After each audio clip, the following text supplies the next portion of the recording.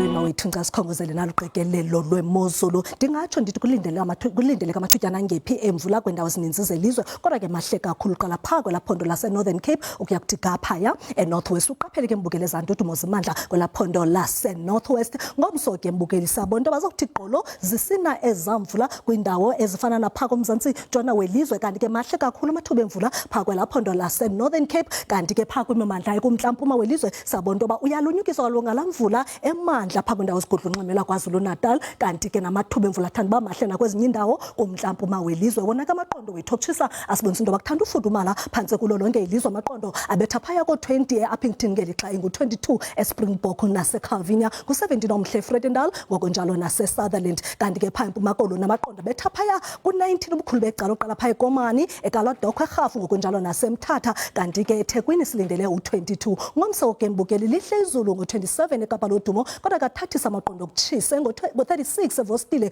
ngu-33 eVredendal, ze ibe ngu-34 phaa eCalvinia, kanti kawusindanga kwinqatsini yelanga uba userhafu nalapha amaqondo betha phaya ko-38 ngu-32 eKomani, kanti ke phaya koMbuqu eMthatha nakhona lihle izulu ngo-21. Maniphele emehlweni sale ntliziyo kamnandi bawethu.